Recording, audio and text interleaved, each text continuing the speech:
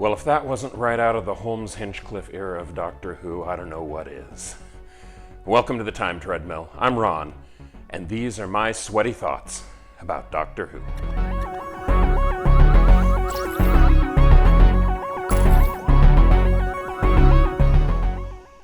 So if I'm a little out of breath, I apologize. I'm on week 2 of week 1 of a 10-week program. All right, let me explain that. So forever and ever, I've just been walking on the treadmill and haven't gone up to a running pace, and I've been inching myself forward slightly. And that really doesn't get you very far in the long run. This past summer, I started trying interval training and got a little bit of ways with that before I got distracted and stopped doing it. So starting last week, I began a new formal interval training program, a Couch to 5K program. And this is a program that promises to get you from nowhere to running a 5K in 10 weeks. That ain't gonna happen. And if it works for you, bravo, you have my admiration. For me, despite how long I've been walking on the treadmill, pumping up to a running speed, even for short intervals, is just absolutely killing me. So I went through the first week of the program last week, was not able to hit all the numbers. So I'm repeating it again this week, and I have a strong suspicion I'll repeat it again next week, and I'll just keep doing it until I master this much.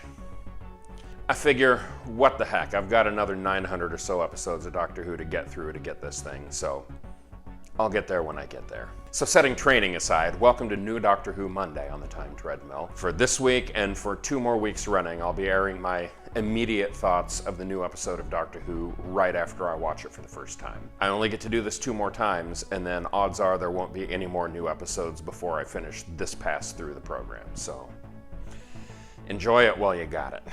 Today I watched The Haunting of Villa Diodati, and holy cow, is it good. Oh my god. As with previous weeks, I'm going to try and stay out of spoiler territory, and so I'll just talk about the things that are pretty obvious. First of all, this is set on the historic night in 1816. It's 1816, right? If I'm wrong, I'll let you know right here.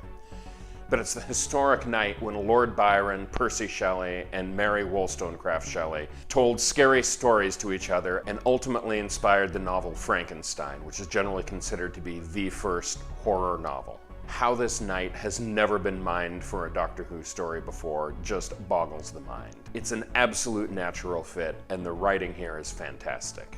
Clearly, this season of Doctor Who has been specifically looking back at notable women in history, and Mary Shelley is a perfect target for this concept. In some ways, this story kind of reminds me of an 11th Doctor story, and the title is escaping me right now. I'll look it up and post it right here. But it's the one where the 11th Doctor and Clara go to a haunted mansion, I think in the Scottish Highlands? Somewhere. It's an old Gothic mansion, and there are spooky things going on. And that's exactly what we have here. Gothic castle, notable historical figures, and creepy goings-on. Not surprisingly, the writing is deeply inspired by the work of Mary Shelley, and her writing is quoted multiple times throughout the story. And as well, there are situations set up that clearly inspire the modern Prometheus. Also not surprising, this episode spends a lot of time putting Lord Byron front and center, and in particular having him be all hot and bothered over the Doctor, who, not interested. I also particularly liked the couple of times when characters referred to the Doctor as Mrs. Doctor.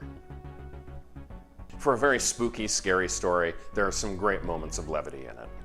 Beyond that, all the things I really want to say about this episode, I just can't right now without delving into spoiler territory.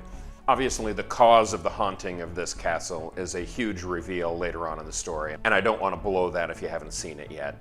So I just want to say, when the reveal came, I was genuinely surprised. So yet again, another strong story in this season of Doctor Who. That makes 7 out of 8 that have been fantastic, and I would rank this one in the top 2 along with the Judoon story a few weeks ago.